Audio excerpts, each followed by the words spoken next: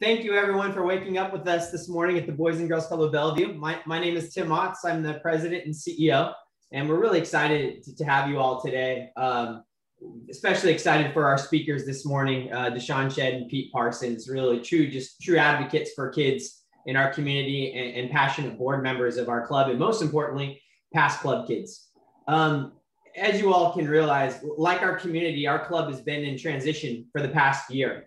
Our staff have become not only childcare workers, but teachers, therapists, cooks, you name it, as we've spent the last year, a full year, in all-day remote childcare and support for our kids who need us the most. For many kids in Bellevue, really the past year has crushed them in so many ways. Sadly, mental health has never been a bigger challenge than our kids are facing now.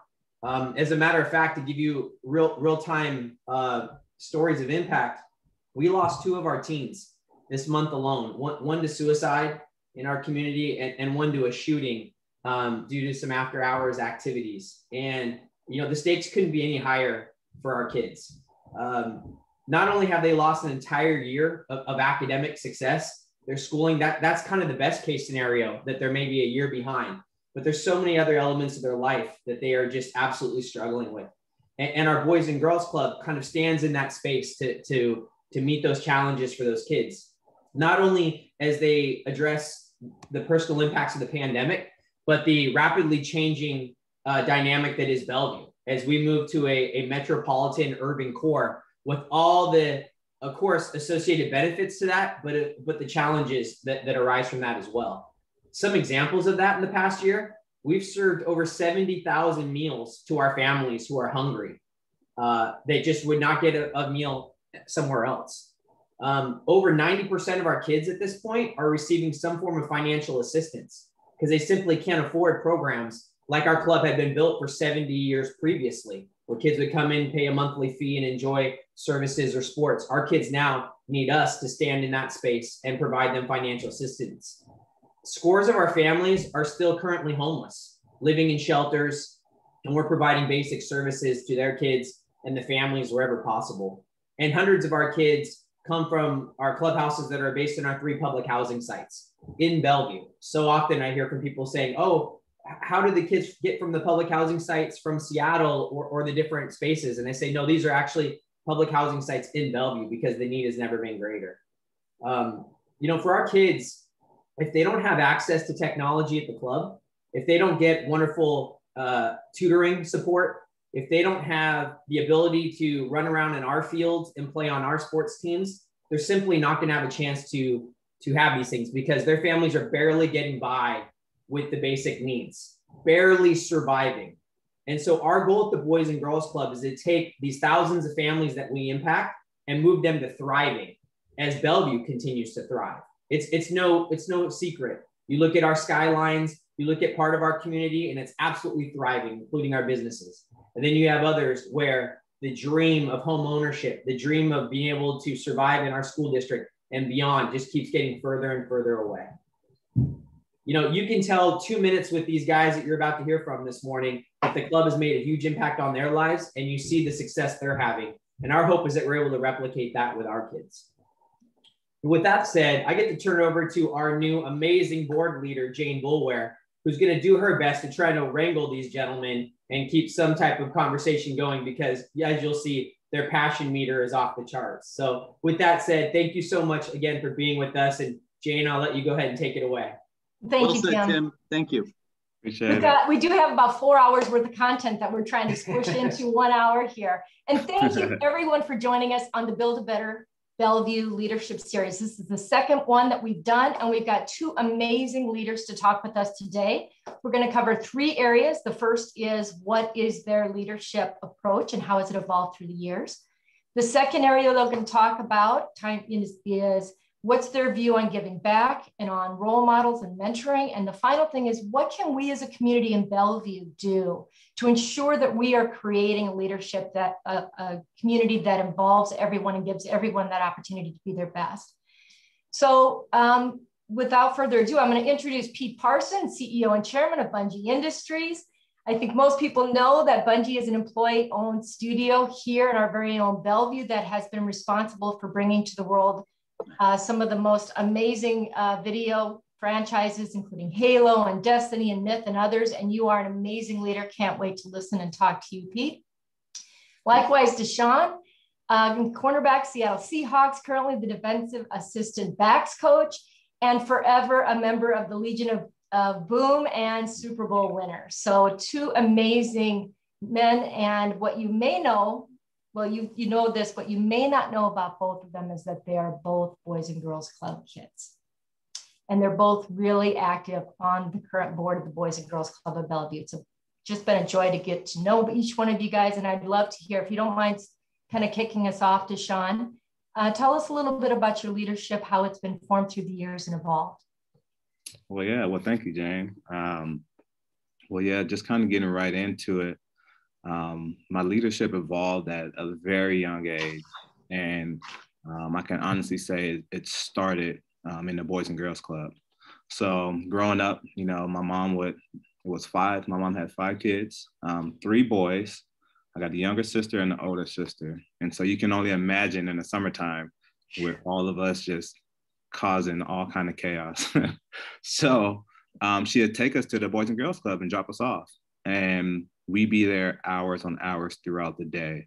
And it even got to the point to where as we got older, my brothers worked there and became members. I mean, not only members, but supervisors in the Boys and Girls Club. I got 2 older brothers. And so just looking up to them and seeing that leadership grow from being a member to working there, and along with, you know, being involved in the sports. I remember I won an award in basketball. It was like a free throw contest, and I got a trophy. And I won this award. You know, my brothers are there, and I've seen, you know, all the love I got, you know, everybody just, you know, the praise I got. And with that kind of boosted to like, man, I am somebody, I could be somebody, right? And I felt like that kind of shaped just the thought process of like, I wanted to be able to, as I get older, to be able to give back. And as I got into this position, you know, going from being a Super Bowl champion, going to the Seahawks, you know, and all that. And here I am today, actually assistant coach. My goal was always to give back, and it all started from there. And so just to be a leader in that way definitely helped inspire me. Well, you certainly couldn't be and have achieved everything that you've done without commitment and passion and leadership. And part of that is certainly making others better around you. Yes. And you know, I know, Pete, that you you were at Microsoft and you went off on your own, and you were just explaining to us how you're in meetings pretty much every day with 1,000 employees and spending your day in front of Zoom.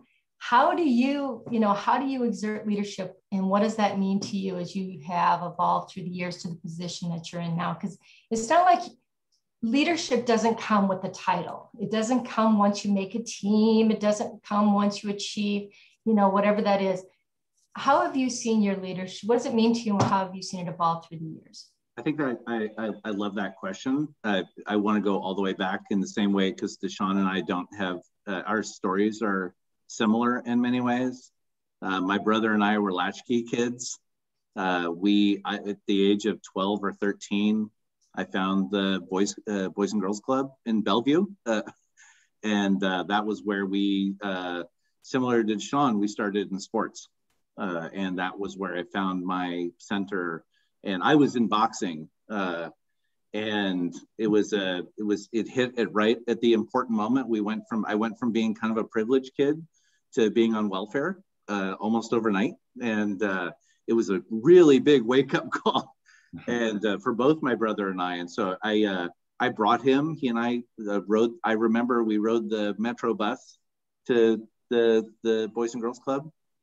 And that kind of started our journey. But by the way, my journey with Boys and Girls Club has continued through Bungie, our participation with Bungie. And it's been such a privilege to find myself, back on the board of directors.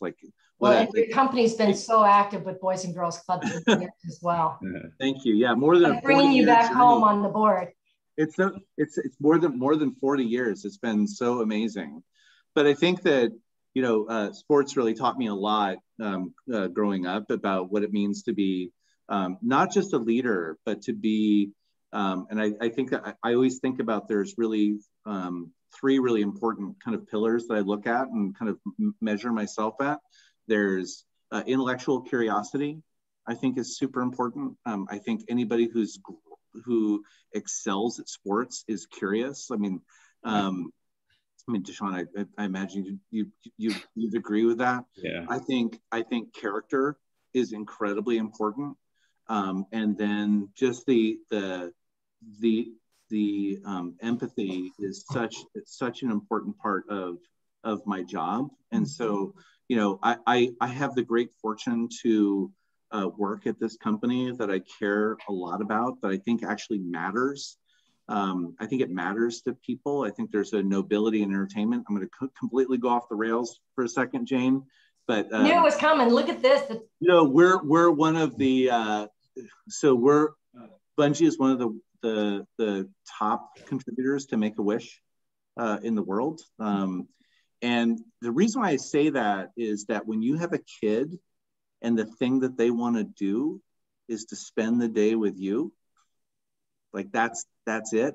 It is so humbling, and it is such a distillation of what you do matters. Yeah. And so I try to go to work every day making sure that I believe what I do matters, and that I want to help other people achieve that kind of same level of just of understanding and caring about what they do for a living. And so far we've been successful. It's been great. I have a good time doing it. Yeah. Really successful. And I think what you say is one of the key things I took away is that it makes a difference when you approach your job and you approach your leadership, recognizing that what you do makes a difference. I think that matters. I think if you think about what you do and how it impacts other people, there was a great study on Toyota many years ago, where even the janitor in the Toyota plant could describe to you why their job is super important. That by keeping the plant clean, they're able to make some of the best quality cars in the world. Mm-hmm. And I love that ability for people to be able to connect what they do and why it's important and why it matters. Yeah, I would say too, going off that, I 100% agree with that. Going off that, it's, you have the mindset. I'm a big believer in the power of the mind. And so, and one of my favorite quotes right now, you know, change the way you look at things and the things you look at will change. And so if you go into a job knowing that you're not only doing it, of course you're doing it for yourself, but you're doing something to impact others and to help other people in a positive way, in any type of way, having that mindset, not only is you're going to have fun at work, but you also really impacting others, and that energy is translated and people feel that energy and feed off that energy. So now you got a whole company, you know, or, you know, team full of people with that same mindset and energy. And so, you know, like the Nike commercial, I know you guys seen that, where somebody's walking and somebody else sees one person does something kind or act of kindness. Yes. And somebody was just watching and that other person does it, and it's infectious. Yeah, it's infectious. And having that mindset and being able to do that will then, you know, creates natural born, you know, leadership. I agree. Hey, DeShawn, that was, I will say, like the and this is going to sound like an ad, Jane, but like the Boys and Girls Club was a big deal for me.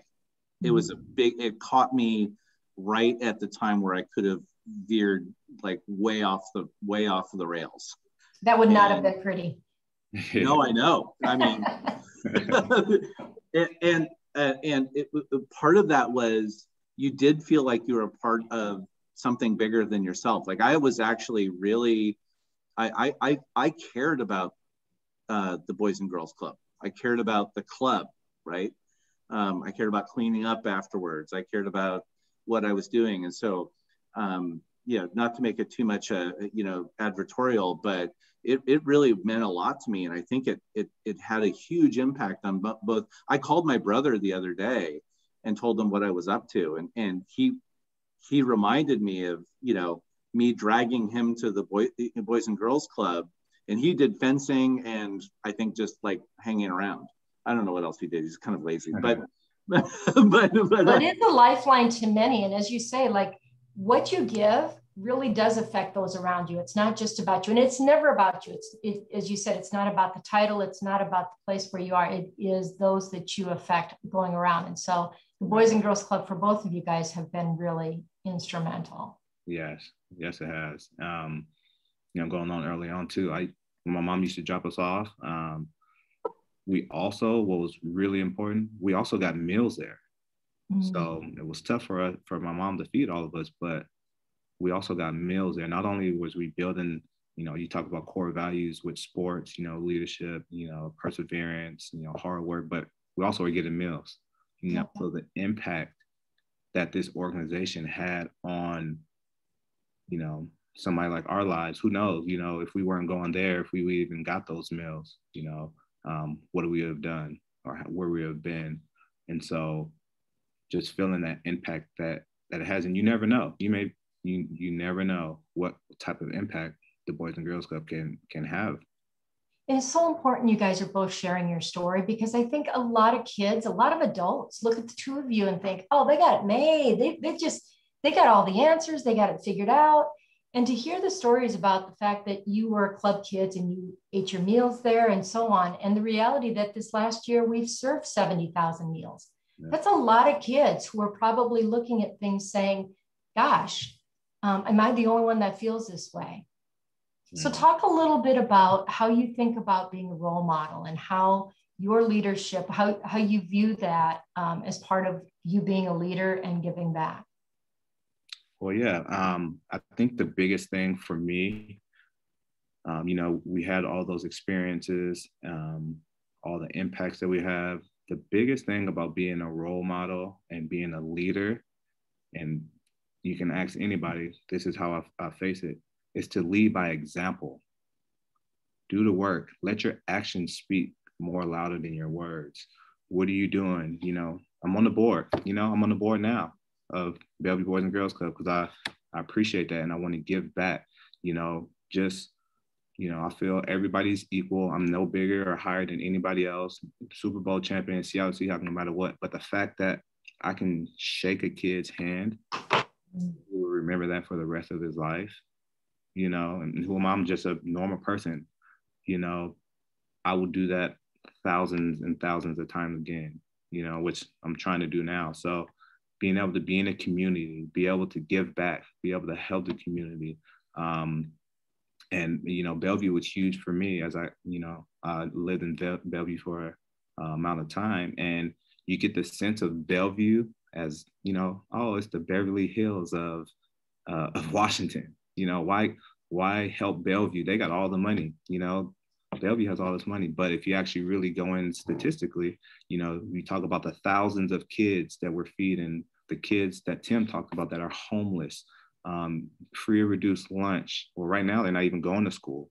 So think about those families who was counting on school to feed their kids. They're struggling, and it's thousands of people that need help. So it's up to us to be able to show. Remember, I was talking about the Nike commercial. Once you lead by example and you put in the work and you do the work, others will then follow along. And you got to be able to share that and, show like, this is what we're doing. This is how we're doing it. And it's not just talk. Look, let me show you. And I think that's the biggest point of being a leader. Pete, you're muted. Sorry. I'm unmuted now.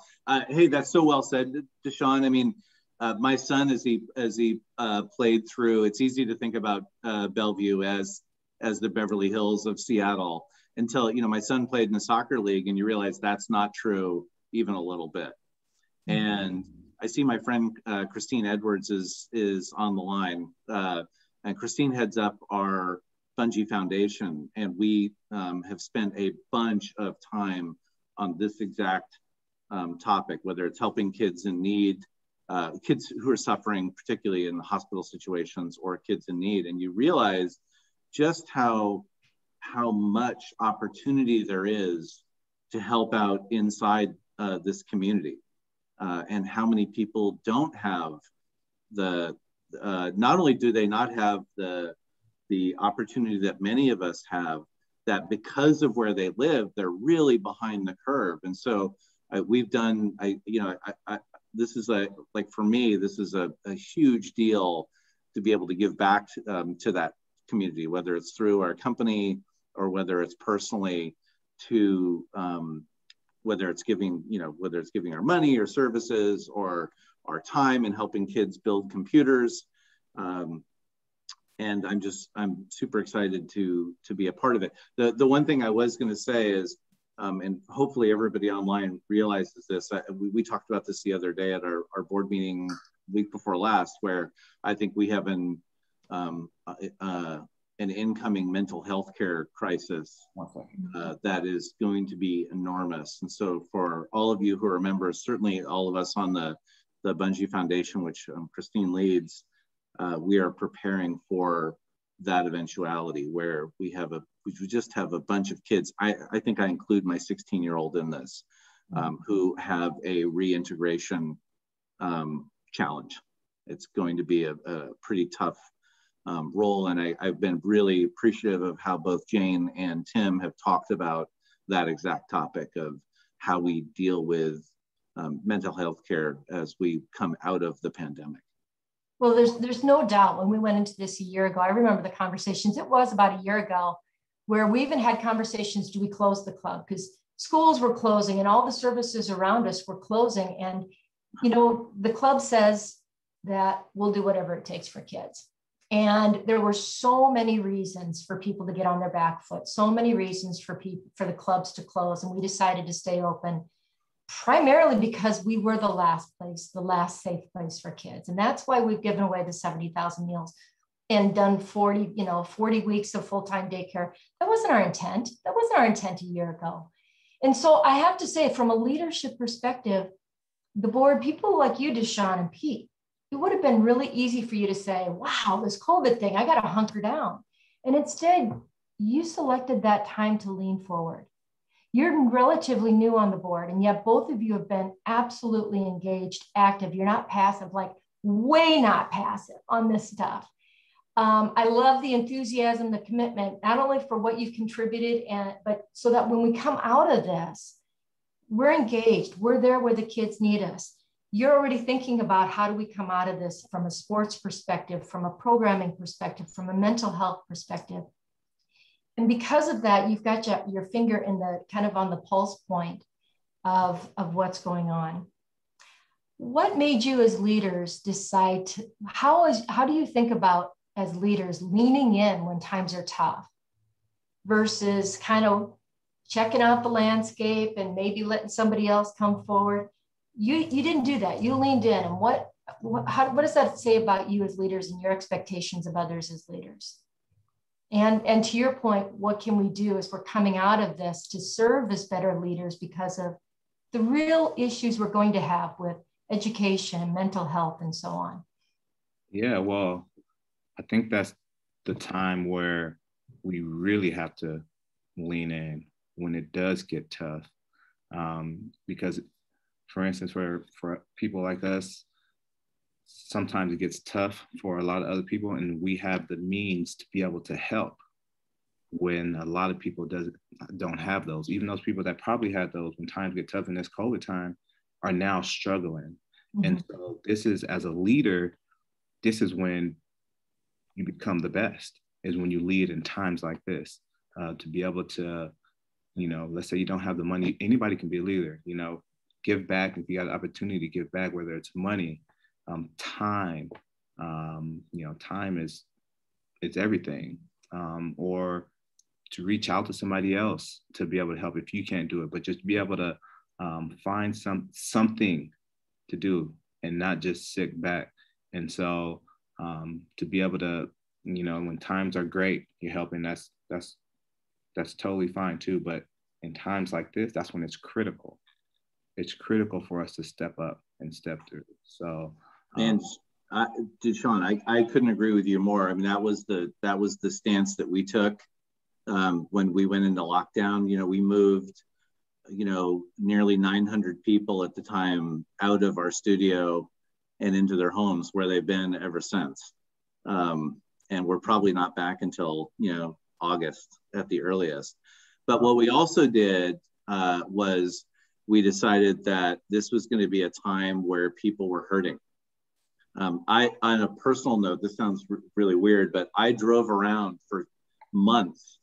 I drove around taking photos of empty strip malls, and not to put in a book or to do it, but to feel the weight of it, to feel the destruction that was happening. And on a personal basis, as well as on a corporate basis, that was the time that we felt like we had to really lean in, Jane and Sean, like where we had to make contributions. And so we've tried to the best of our ability. And we've been very fortunate where, guess what? Our game is being played a lot. And this is not an ad for our game, but what's happened is that our game has gone from a thing that millions of people like to do to many people a lifeline, because they're all by themselves, and there's a place for them to gather. It becomes their third place, where they no longer have a physical third place to be.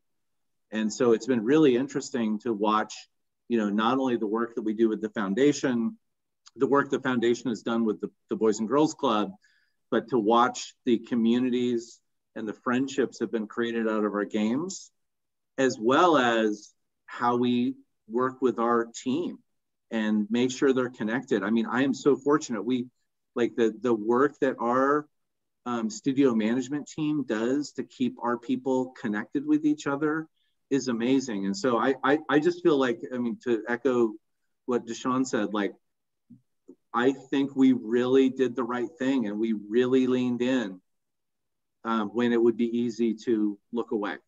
Yeah. Well, I've been so impressed, Pete and DeShawn, because not only have you leaned in as individuals, but your leadership's come through because you have rallied those around you. And then it's the snowball effect, right? And they have rallied, like you mentioned, Christine and Bungie in total, and they have rallied people. And we're seeing that as people see people step in, it becomes easier for them to step in. T-Mobile has been amazing, and they've rallied their people. How do we as leaders get people excited? How do you get people excited and get people rallied and get them to commit to your vision or your passion or a passion towards the greater good or a good? Yeah, you get them to, number one, as Pete was saying, to understand the impact of what's going on, but to also have them see, like, you know, leading by example, will see what happens and the joy that people feel when they get some help. To be able to see that joy, to be able to feel that joy, you know, that's infectious as well too. You know, to help somebody, it's just in us innate to when we give and somebody, you know, takes that in and, you know, let's say, you know, you fed a family, you know, help them, the homeless, have somewhere to sleep for the night, for the week, you know, that joy and comfort, to see that, you know, we do our best to have people see that. They'll see it, they'll feel it, and then get excited to be able to want to help, because it's bigger than themselves. Yeah. Man, I love that. I love the way you said that. And I think about it as, and not just because I'm older, but I think about it as like, what is my legacy? And I think everybody should think about, how do they want to be remembered? You know, what is, and you don't need to be old to start thinking about what your legacy is. Like, what is the legend that's going to be carved among the stars about you? Mm-hmm. Right? Like, I think about that all the time. Like, I want to be remembered, not just as somebody who was the head of a game studio, but I want to be, I mean, selfishly, I want to be remembered as somebody who gave back, like somebody who made a difference, like somebody who mattered to people, somebody who helped give a leg up for people who maybe needed help.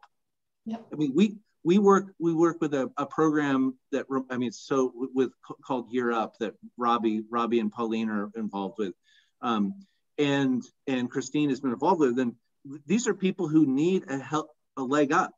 Yeah. And so I think a lot about that legacy. And part of what I want to do is help people understand that today, right now, they're building what their legacy is. They're building their legend. And what do you want your legend to be? And like, I don't want my legend to be, and then I made money and bought a house. I mean, that's a shitty legend. I want my legend to be like how much I gave back to the community and how many people I helped become something that maybe they thought they couldn't have become before. Yeah. Anyway. I love that. I do too. You know, it's interesting because I walk a lot in the downtown park area, and I started realizing that as I walked through, I started walking by the Boys and Girls Club, and I didn't realize it at first, but I've noted that I've changed the times of my walks because I walk by the Boys and Girls Clubs at times when I know the kids are either early morning going in or late in the afternoon coming out, because I love to see the kids coming and going, and the difference between the going in and the coming out, and they're coming out with they're happy and they're excited and they're carrying stuff. And you just know that their being there that day has made a difference. And the fact that, you know, we're being a part of keeping those doors open, and we're a part of creating, you know, tomorrow. You Pete, you're going to be a shooting star. You're not going to be any falling star. Believe me, you're lighting up the sky there. I love the fact that you said that you walk by that, and I know DeShawn, like walking by to see like the impact of the work that you do is like, that's super cool. I'm glad you said that. Thanks.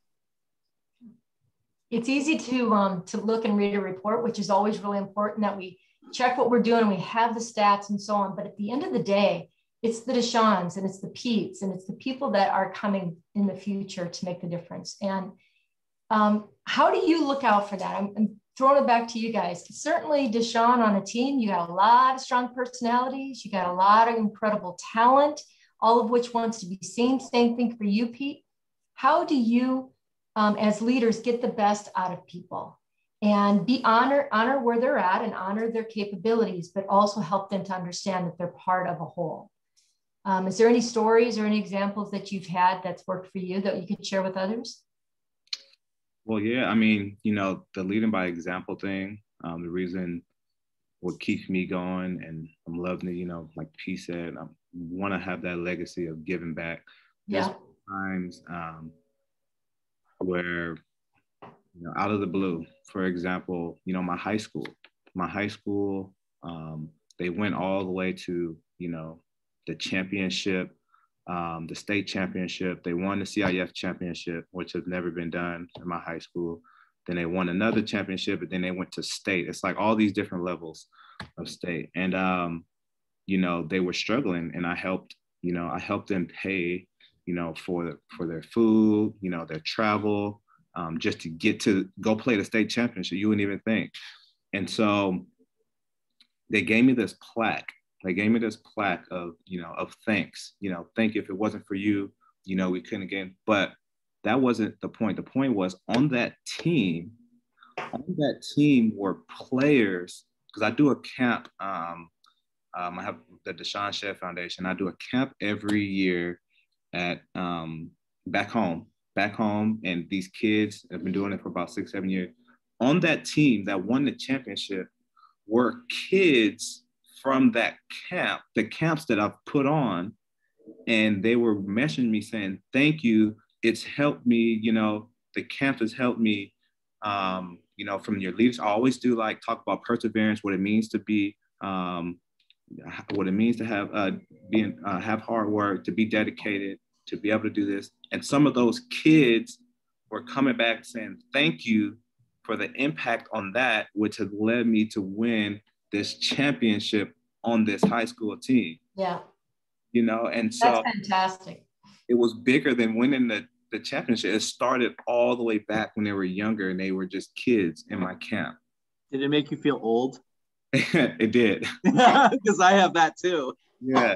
So those are some of the examples of where it comes back, by helping, and you never know. That's why I always say you never know what kids you impact. And now some of those kids went on to college and are now helping out in other little, whether it's different communities, putting on their little camps, helping out Boys and Girls Club.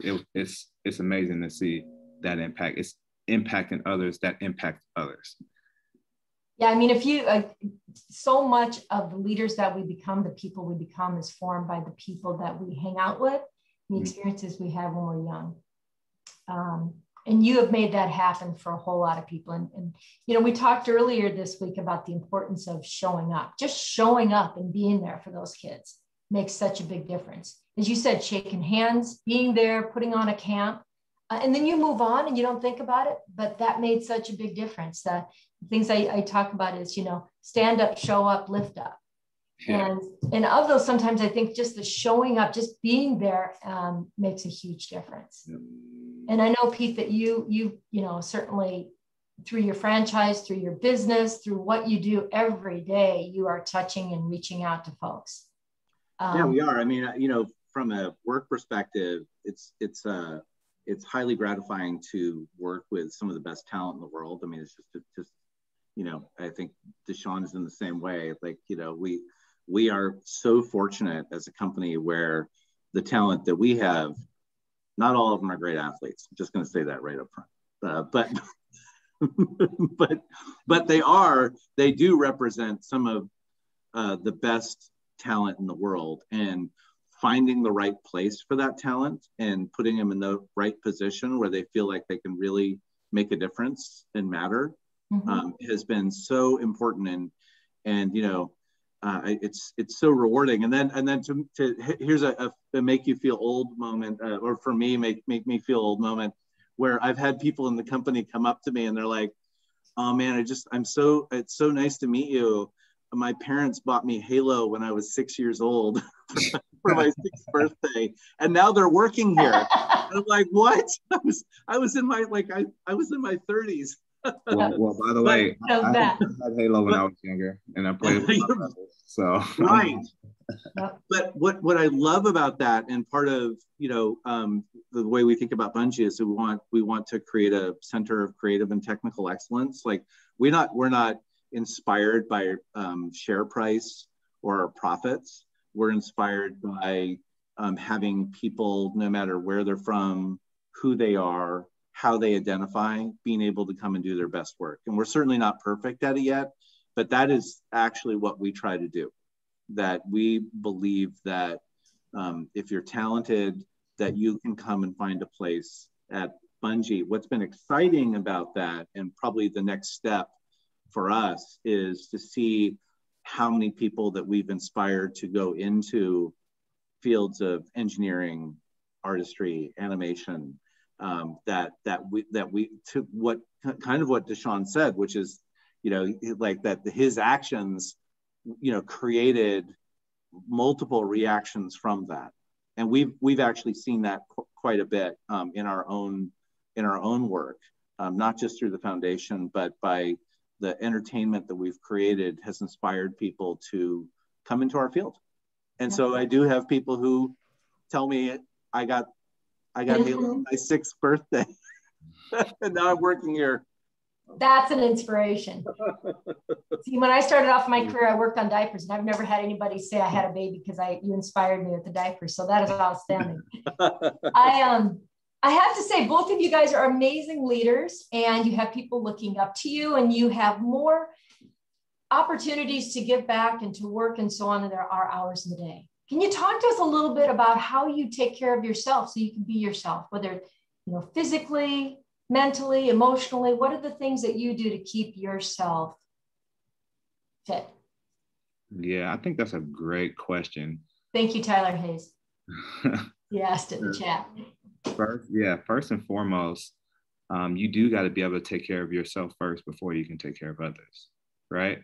I do think it's important to have a routine, to work out, do your best to eat clean, to take care of your body. I'm a big believer in I'm a big believer in exercise. To me, I'm an exercise science major, by the way, of course. So exercise is everything, mentally, physically, emotionally, and spiritually. And then I'm a big believer in the power of the mind. So I love reading self-empowering books. You know, my favorite book is The Power of Intention by Wayne. Power of Intention. Power of Intention by Dr. Wayne Dyer. And yeah. It talks about co-creating your world, the positive mindset, the positive thinking. You know, is your cup half empty or glass half empty or half full? You know, that whole mindset. That's kind of where I got the quote, change the way you look at things, the things you look at will change.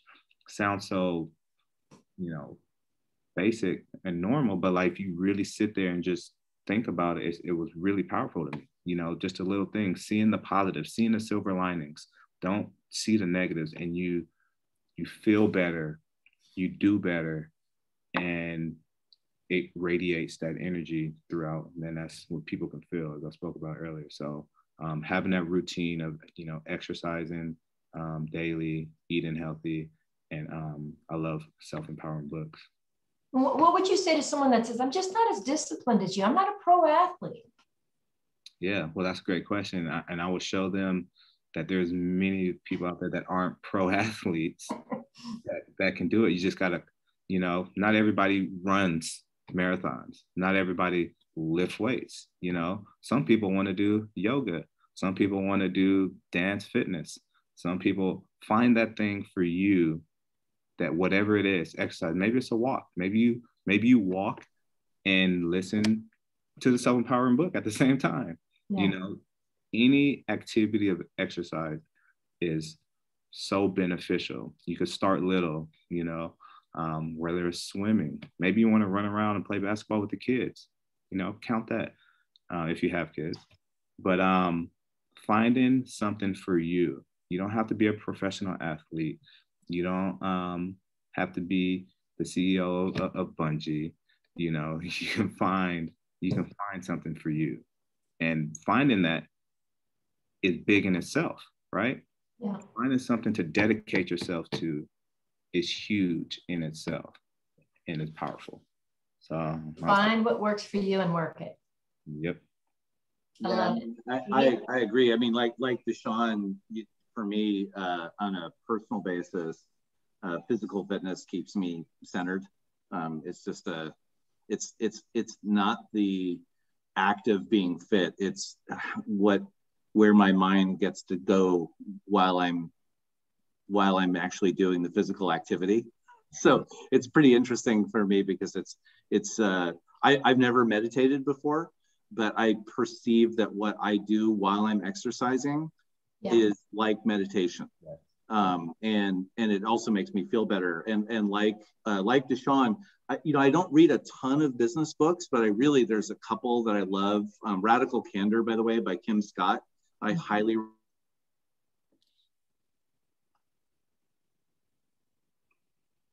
Oh, did we lose Pete for a moment? Yeah, I think we lost him for a little bit. Well, he's a pretty sharp guy. He's going to figure it out and probably go out and come back in. So we'll give him a moment to do so. Okay. But just kind of just going along with that too is just finding something, you know, there's not, everybody doesn't, you know, like for me, I ran track, but I hate just going out and running. Start riding bikes. Just finding something that brings any joy. And you don't have, like, Pete brought up, just movement. I get mental constipation if I don't move. And it doesn't have to be a marathon or anything else. It is the act of moving. Yep. And brings up a good point as far as, you know, maybe not, you know, just for people I want to lose weight or this or that, but maybe just exercising to feel good that day. Or just maybe you find some motivation. It's the wedding you got to go to. You want to look good in the summer, or you just want to feel good that day. So what is, you think about if I'm an individual, like I'm a young kid, what are the things that you can give them, or even as an adult, the things that we can cultivate to help us achieve our goals, be better leaders, be the kind of person we all want to be for other people. Do you give any guidance on that, or help people kind of just, what are the things that you look for, things that you think make a difference in you that have helped you through the years? Well, I just think about all the blessings that you may have had in your life. Literally, sometimes I'll sit down and write on paper. Just write down everything that you're thankful for. Having a roof over your head, having kids, your kids are healthy, your kids, or, something, just of gratitude. I literally will write those things. Yeah. And think about those things, and, now it looks like Pete's coming back, but Pete, Brian, if we can get Pete in. Welcome back, Pete. Yeah. Did you get that glass of water, my friend? And now he's muted, so if you can unmute. Yeah.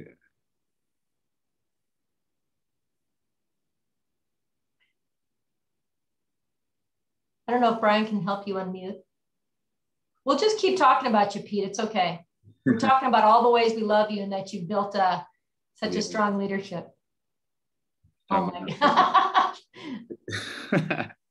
The gratitude. Okay, so let's go with this. As a leader, one of the things that I have learned from myself is resilience. I don't give up. No matter what's going on, I can fail 1,000 times. And that's one of the things that I've tried to communicate to others. And as I know, I can tell you right now, Pete's not going to give up. He's going to keep trying to get in there. You said it too. You said, what are some goals or this or that? Another thing is setting goals. I tell my kids all the time, set goals and write it down on a piece of paper. It's something about writing them down and seeing those goals is huge. As opposed to thinking about them, so actually writing those goals down is huge. Hey, welcome back. Hey, I'm back. Can you hear me? Yeah. You should get some help at a technology company. I'm on my iPad now. But for some reason, my my internet at the condominium fell over. It was going way too smoothly. No worries. You came back. I knew you'd find a way, my friend. There's always a way. Well done. Do you have your kids write out goals? I love that idea, by the way. Well, my kids are 4 and 6, but I think I'm going to good idea right now. But as far as the players and stuff, yes, that's huge. It's huge to set goals. I do all my kids, from all my foundation stuff, but I will hear all the players. It's huge to write down your goals. We also you got to have your individual goals, right? Then you have your team goals. Where for us, the position goals, or in your company you have your department goals, and the ultimate team, company goals. Setting up your goals, you got your long term and short term, and make sure they're achievable, right? And how do you achieve them? Set up your long term goals and then your short term, and achieve them. Break it down. Goals are meant to be, achieved, and then set new ones. But physically writing them down, that's the biggest thing that you can do. I love what you're saying too, because as a leader, you break down what you're doing and you make it concrete, you make it real, you make it measurable, you make it all those kind of things. Pete, are you? Yeah, I mean, we're the same. We're the same way. I mean, as a leader, and even with my kids who are older than DeShawn's, 19 and 16. Goals are really important for us, and as a company, we really start with what that vision looks like, and so we want people to really understand what that vision is for us as a company.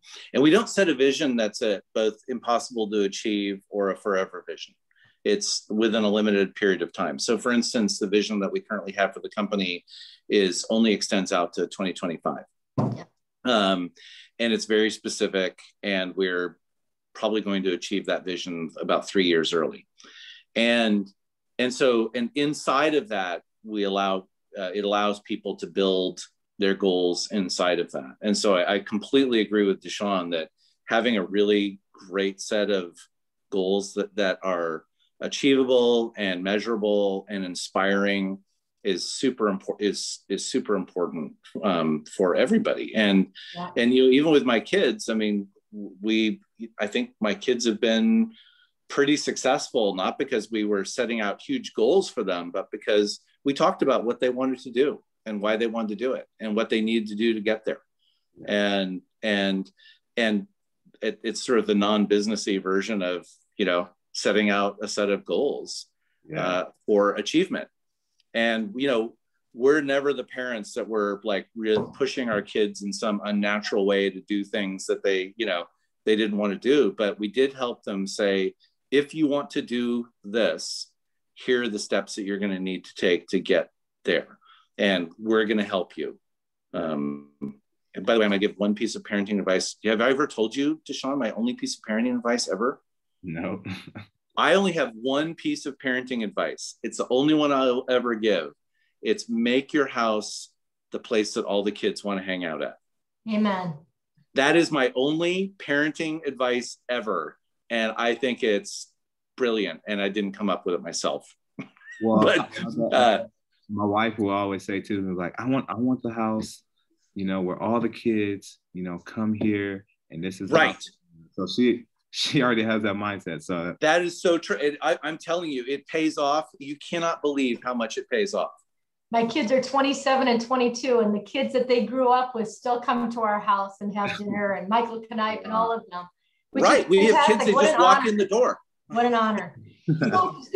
So we're kind of getting to the place where we're wrapping up a little bit. And we talked about leadership in Bellevue, and we talked about so many great things, the positive mindset and creating and living your life as a legacy and thinking forward about what do we want to give back and what do we want us to stand for beyond owning a house, which is great. But what are the things that we want to do beyond that? Bellevue as a community is changing dramatically. We haven't even begun to see the extent of the change. And even then, we now have, like we said, 90% of our kids are on scholarship.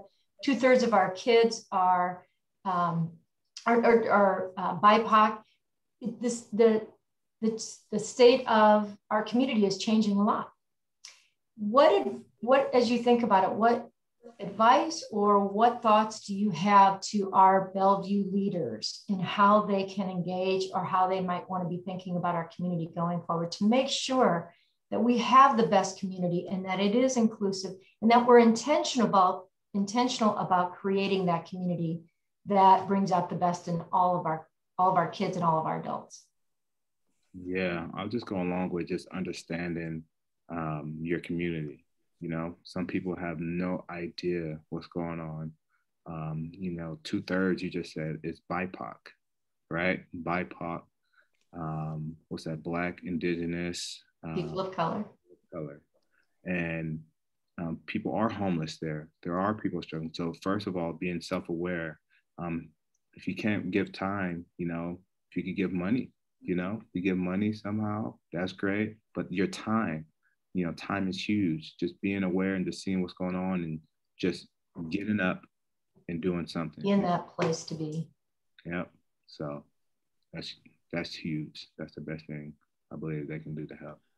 Yeah, I definitely agree with you, DeShawn. I mean, I think one of the things that we've learned, certainly through our work through whether it's Boys and Girls Club or through our foundation, are just how many people are in our own backyard are marginalized, and how there are just brilliant, interesting, cool kids and people who we could help. And you don't need to go around the globe to help them, like they're right next door. And that's a big part of what my own personal focus is in terms of how do we help. So for instance, with STEM, how do we make sure that, we have people who might not otherwise have an opportunity for a leg up, how do we give them a leg up? And selfishly, I make games for a living. I would like a bunch of other people to make games for a living, to tell their stories and to write their journey among the stars. And if we can help out in that way, if Boys and Girls Club can help get people that inspiring start to continue to achieve, I think that's amazing. And I think a lot of people believe that, yeah, I think DeShawn said it earlier, that somehow that Bellevue is like Hollywood, and it's not. Like, there are so many people here. There are so many people here, and just look at the meals. How many meals have you served in the last year, Jane?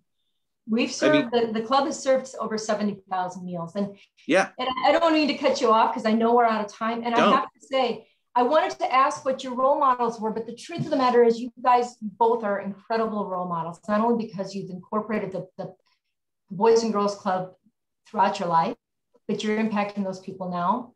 If anybody that's listening and participating in this wants to get involved in the Boys and Girls Club, we'd love to have you involved.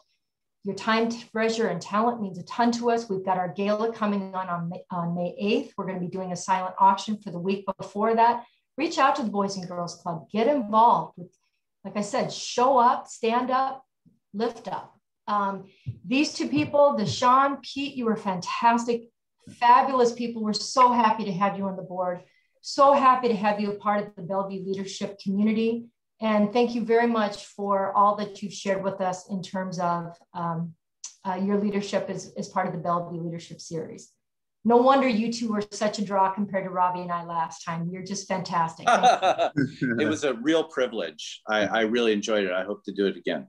Same here. Thank you so much, man. Thank you. All right. Bye, everybody. Thanks, everybody.